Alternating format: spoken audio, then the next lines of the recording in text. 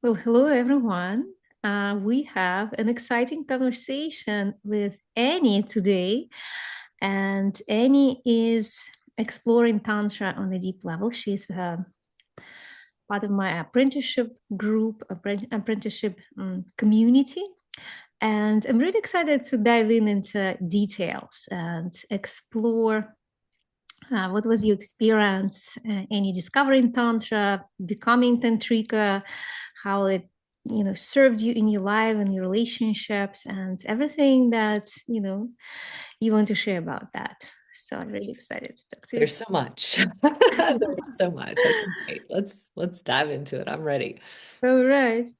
So let's start with the story. What brought you to Tantra? Why did you get interested? I know we worked together privately for a while, and we worked through many different areas. So let's start with your personal story. Sure. Well, I think I got into it or I was open to it because I had been in a marriage for a long time where I just didn't feel like there was any sexual energy. And I felt like I had sexual energy, but every time I tried to come together with my partner, it was like dead space.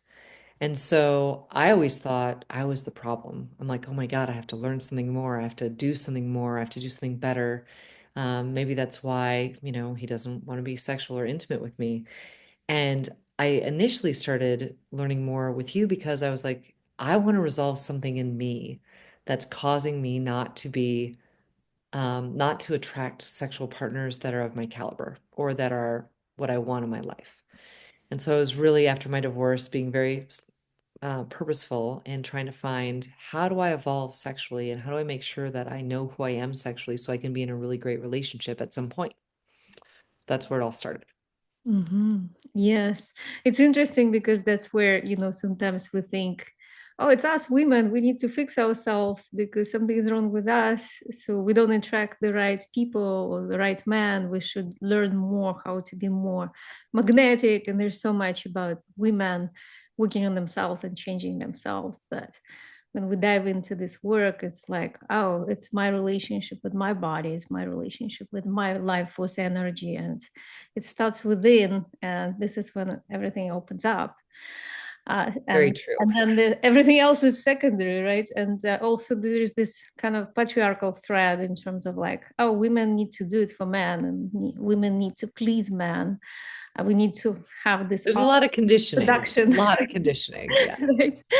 So tell me what you discovered that was not part of, our traditional paradigm of how intimacy works and sexuality works, and what Well, did you discover about yourself? And there's so much, right? I feel like on the top level, it's like, okay, sexuality is about, or being involved in Tantra for me was about truth and growth. And mm, what I realized in past sexual relationships, I wasn't always truthful and I wasn't always willing to grow with the person by being very upfront in what my needs were or what I wanted in the experience. But I think the biggest thing that really hit me at the beginning of all the Tantra study was the fact that in Tantra, there is no end game. You are not racing towards an orgasm. Just orgasming does not mean that you are complete or everything is wonderful. Like every single touch can be orgasmic and every single moment can be a connecting moment. And so that really spoke to my heart for who I am in relationship. I want to be so deeply connected and so deeply intimate with the other person, excuse me, that I feel who I am, I feel who they are, but together we create this beautiful sacred space where we can grow and live in truth at the same time. So that completely changed the dynamic of how I thought about sex, intimacy, relationships, connection. And I started, thankfully because of you, Lana, like I started looking at sexual partners more as like, well, are they healing partners for me? Are they helping me heal through different things in my life? And then when I complete on that healing, I can move on to the next relationship. So it's a very different way of looking at partnership, a very different way of looking at relationship, different way of looking at myself. I mean, I can't even tell you, I wish I'd written down more of all the things I was learning along the way because now it just seems like such a inherent part of who I am. But I think the key is that Tantra really gives you the chance to be in your own truth and to grow within your knowledge of yourself and your body and your heart and your soul. And it's just been a profound and beautiful experience. Yes, yes. Wow. Truth and growth. Yes, this is our fundamental agreement in Tantra. And beforehand, we need to be aware of our own truth so we can share, right? Communicate it to our partner from the place of, realness. That's the question we ask. What is real for us, right now? It's a hard question sometimes. When I use that in relationship, people are like, what do you say for that? How do you even answer that? And I'm like, you go right to the root of everything you're feeling in that moment and you don't sugarcoat it. So that question in of itself is very profound and groundbreaking for relationship, I think. Yeah, I know. For some people, it's so hard at the beginning, like, oh, I don't know what is real for me. So this is the biggest, discovery when we start learning Tantra. We understand, like, wow, many people actually disconnected from their own truth. They don't know what is their truth because they always were conditioned to impress others, to pretend to say nice things, not to hurt somebody's feelings, to show their best to others, and like what is actually real for me, right? That's the start. And I love that you mentioned healing partnership. This is how we start building relationship because we can't just jump to this divine union or sacred union Oh, that many people now talk about it, but it's not just about sitting and eye gazing with someone. It's so much more than that. And beforehand is these foundations that can help each other heal from the place of our truth, right? And yes. sometimes it's like challenging things to work through together, right? And accept each other in radical truth. So I love that you brought it up. And I also love your journey, like remembering working with you and now you're in apprenticeship program, how you're connected to your body as well and how easy it was you to drop into the flow states and do these tantric practices and you go really deep with them. So tell us a little bit more about like connection to your body and your soul as well, because lots of deep layers are being revealed in this process when you do the practice, right? How important the practice is in Tantra. Well, the practices are so important because it's very rare, I think, that we do movement and sound and music at the same time. Like sometimes we'll breathe, right? Before we learn Tantra. But I think it's bringing all of the Tantra aspects together that for me, it just opens up your connection and love for your body, obviously, which is great. But I go really deep in some of the practices because when you use breath work at the same time as the movement and the sound, there's so much it's almost like it puts your body in a trance state and it allows you to just understand yourself even better. And so, I mean, you've seen me, right? I go really deep into the trance states. And for me, I usually have like some sort of past life experience that I work through in a trance state, but it always gives you good learning and good knowledge. And so you start to learn, where are you holding things in your body? Where are you holding stress? Where are you holding trauma? Where are you holding desire and wanting and yearning and all these different things that I think as a society we're very conditioned into like the negative aspect of sexuality. And so for me, I had to do a lot of work to get out of the negative aspect of sexuality and be more in this like complete worship and adoration of my own body to be able to move into this next phase of wow, if you completely love and worship your own body, then your body opens up to you in totally different ways. So whether it's intellectually, it opens up, the heart center opens up, your root chakra opens up. I mean, what I've experienced, every single chakra opens, and then your whole body is humming at a totally different level. So you'll actually attract completely different people than you would have before you went into this process. Um, and then you're much more, I would say, much smarter about who you are, what you need, and you're able to voice that a lot easier than I ever could before.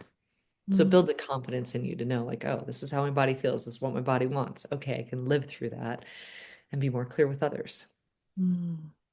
Yeah, yeah, it's like a portal, right? We're going in through this portal Yes, and everything is 100%. being recalibrated. Like in Tantra, we see physical body is one with our energetic body, so we don't separate it, right? We say body, but it actually means both.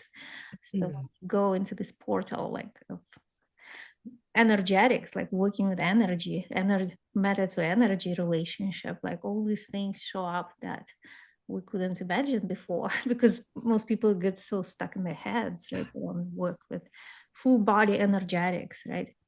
Amazing. So yeah, and for you, I felt it was more like a remembrance, right? Like it was not easy for you to drop in somehow, like they're just like, okay, I'm Like, let's do this. Oh. Yes. So for many people who come in a tantra, for them like, wow, I love tantra. For them, it's like remembrance. Like this is who I am. I want to do this. I want to be this.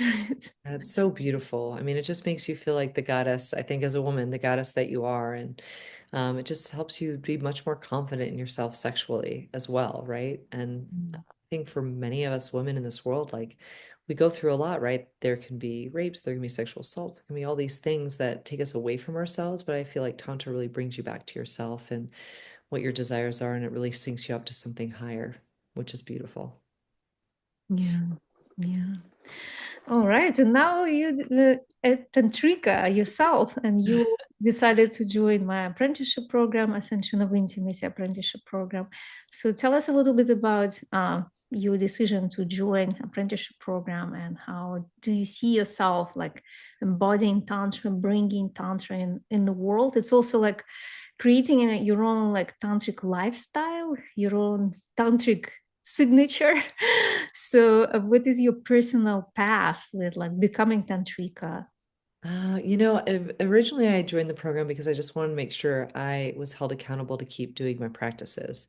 Mm. That's where I started from. And I also wanted to be able to bring this to couples that I coach because everyone in this world is seeking greater connection, either with themselves or with their significant others. Because I've coached so many people in business, couples in business, I really saw how devoid of connection we are. And so I haven't figured out exactly how I'm going to weave everything in, but my goal is really to help run more retreats for couples, to help them build more intimacy with each other, and to better understand that, you don't have to have intimacy in a 3 hour process. It could be a beautiful 15-minute process or a 5 minute process, but allowing yourself to go into those very vulnerable, intimate moments is so key for even how you develop in business. So I think if we were all willing to look at our life energy and realize like a lot of our life energy and creation energy comes from sexual connection and that connection that we build with our partners, we can really open up a lot more energy for our businesses and for, our careers and where we want to go in life. I just think sometimes we forget that life force energy and creation energy all comes from this really beautiful and divine sexual side of us. Mm. Yeah, this is so true because tantra is not just like about your sexual life or like orgasm, like some people think, or like sex with another person. It's also about how we can navigate and manage our own energetics and our connection to, the field of universal field of consciousness, and how we can, use our highest potential in each area of our life. It's also about like learning how to transmute energy, right? To when the energy moves through our central channel, right? It transmutes its quality and then it becomes something else. So we can create from this place. We can put it in our heart and experience this unconditional love for the world and ourselves. And also we can create businesses or art. So that's what is it's a creative So life. much creativity comes from doing this work. Mm. I never knew how powerful it was until I was fully in it. Mm. Yes. So tell maybe if you're open to share a little bit more about the healing partnership and how it helped you to see your relationship with men on a deeper level, that to unlock certain blind spots or certain patterns that you wanted to release. There were definitely lots of patterns that I released and I became aware of. I mean, that's the cool part about Tantra. You literally cannot help but evolve, and you usually evolve very quickly because you see the patterns so quickly. And to be very vulnerable, right? I definitely had a pattern of choosing emotionally unavailable men and emotionally unavailable men that really loved my energy and loved the essence of it, but didn't really want to know me. And I also had a pattern of, I think, connecting, like going after sex as a way to connect instead of going after intimacy as a way to connect. And so what I learned and what was very profound for me was the fact that like I couldn't have imagined 3 years ago after my divorce being like, oh no, no, no, I'm gonna wait 3 months and really get to know someone before I even remotely initiate anything sexually with them because I want to make sure I really love this person. I really want this person to be a part of my life. And I started, holding myself to a very high level of the sacredness of what I was willing to share sexually with someone. which I think in our culture, right, we're all conditioned to think, okay, go after the physical first, then the emotional, then the intellectual, then the spiritual. But for me, going through all the Tantra work really made me realize like I have to spend time getting to know myself with the other person. I want to spend time in those experiences of just connection that have nothing to do with sex. And then when you weave the sexual side in through the Tantra work that you learn, it takes everything to a level that is, I mean, it's galactic. It's like, you want to have amazing sex, you want to have amazing connection. Like Tantra takes everything to the next level, but it's all about learning who you are first and Mm, what you most need. So lots of change for me. I went from someone who was like, oh, I'm seeking connection because I want to have this deep connection with somebody, but I'm doing it through sex instead of through deep intimacy. And now mm, I'm like, no, I'm not having sex with anybody unless I build really incredible intimacy with them and I really know them in a beautiful, deep way. yes, yes. Intimacy is about growth, or is about truth and growth, right? It's not about like when people sometimes use it interchangeably with sex, right? They It's do, not. but it's not accurate. Mhm. Right. So another aspect of being part of Tantric community and being a apprenticeship program is building this amazing, loving community where we actually have so much closeness and intimacy within the community and how we practice healing partnership with each other, right? Opening up and helping each other heal and exchanging gifts and medicine with each other. So I'd like to hear a little bit more about that because I feel we have an incredible community with it's a small group, but the way we relate to each other, it's like, oh wow, this is like a different level of life and like group energy and what is possible to create on this planet. Like I am really mind blown with the people who are in and the way people support each other as well. I agree. It's been just the most beautiful community. And, I find that the more we get vulnerable with each other and the more we learn together and the more we realize like we're all craving much more vulnerability and much more connection, right? On a level where you can actually stand for people and support them through things. And we weren't meant, I don't think, to do life alone, but because of how we're conditioned, many of us take it on that we have to do life alone. And with this community, you really don't ever have to. And like even today, I have to have a big conversation moving forward on something and the level of support that the whole apprenticeship community gave to me and the outpouring of love and the wisdom that came through their messages was just I was like, wow, I'm so thankful to be a part of this group.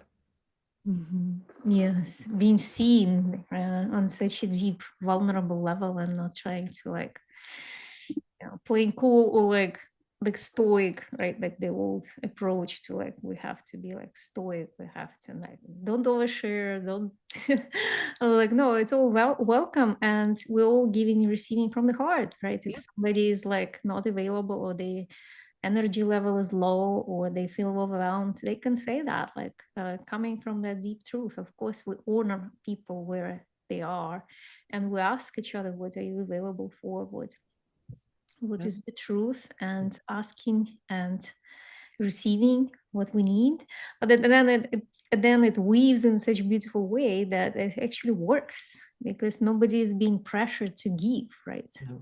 This is one of the biggest phenomenon that I see like in society and in marriages and in intimate Sure. relationships between people when they feel like they have to give, but then like both people complain like they're giving and nobody's receiving. I was Right. like, what is going on there? Like I work with couples too and it's like both people say they're giving but who's receiving? And then the other, like, really, that was another profound thing that you really taught that was so beautiful, which was like, if you are not giving or receiving from your heart, you need to stop. You need to pause because giving from a place that is not unconditional love based or heart based, the other person can feel it and you can feel it and you build resentment and all these different emotions come up. And I just wish that even if it was just that one piece that got into the world a little bit better, like only give when it's coming from a pure place. That'd be Mm. so incredible. I mean, I think it would impact relationships all across the world. Mm. Yeah, then we never build up resentment, right? Right. Like, yeah, when we feel like giving, we give. And when we don't feel like giving, we pause and we investigate why we don't want to give right now, right? And that's so important because we just like usually just skip that and just give. But then at the end, that's where the resentment comes from. Like, that's where 100%. And I realized I used to live in a lot of resentment for always giving and not really being able to receive or not giving from a place of unconditional love. So I Mm. mean, that's another big change in my life, which has been so incredible. Beautiful, beautiful. We would like to hear about your gifts because you mentioned you work with couples as well, and you do a work with the trauma, like healing trauma for people who want to be entrepreneurs or who are entrepreneurs and want to have bigger success in their business through doing, this deep healing work, healing their trauma and working with couples. So could you share a little bit more about your gifts so we know what you do? Sure. Well, I have been sort of obsessed with getting people free from their trauma patterns because when you're stuck in a trauma pattern, even though you don't think it's a big deal or that it might not be a big story or a big difficult thing you went through, it's very subtle, but the subconscious will block you from a ton of abundance and success in your life. So even if you've achieved a good level of success, your subconscious is basically putting a ceiling on you that you are unaware of. And so for me, I'm like, how do I get more people free of this subconscious ceiling?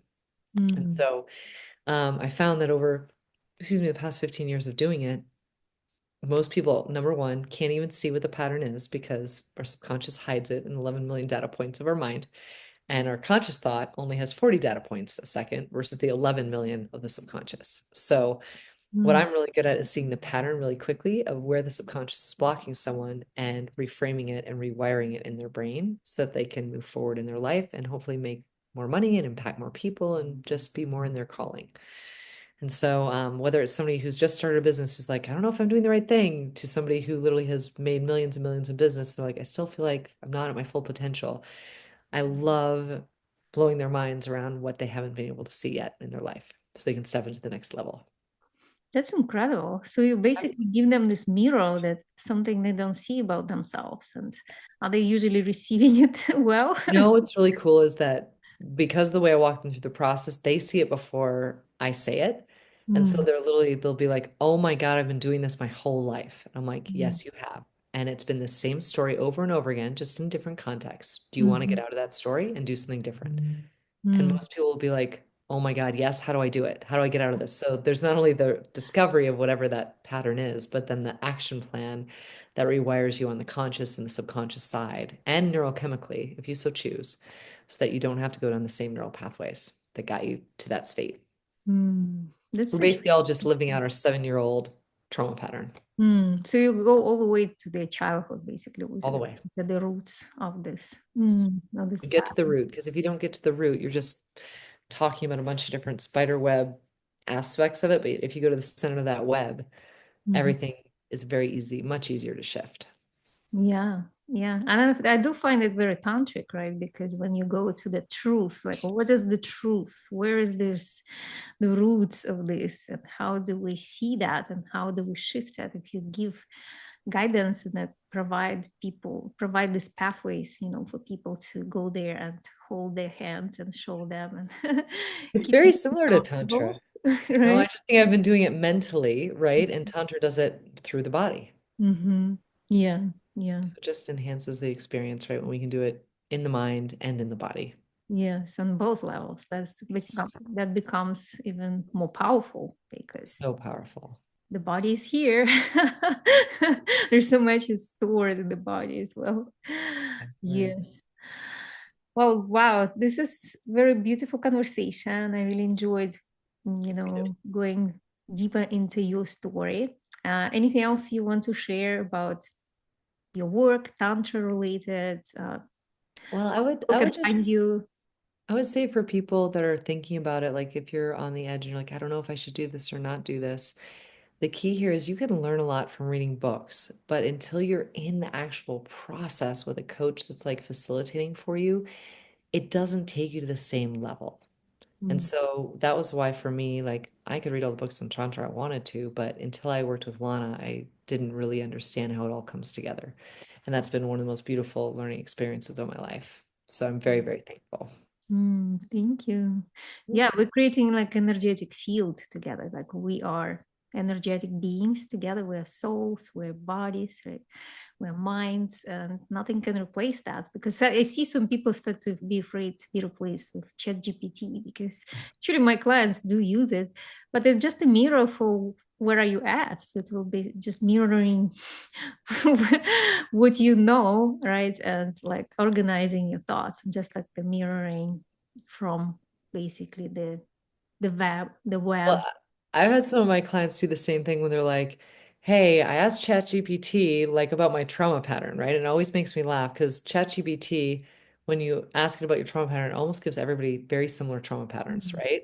And Mhm. so when I saw it, I was like, "Well, this isn't really all you. There's so much more complexity to you than this." And they're like, "Yeah, I know, it's almost there." And I'm like, "Well, does it give you the plan of how to rewire this?" I'm like, "Oh, talk about gratitude, talk about writing in a journal." And I'm like, "Well, that's never going to do it, unfortunately, right? Like there's a lot more depth to go into it. So I feel like you and I are always going to have jobs.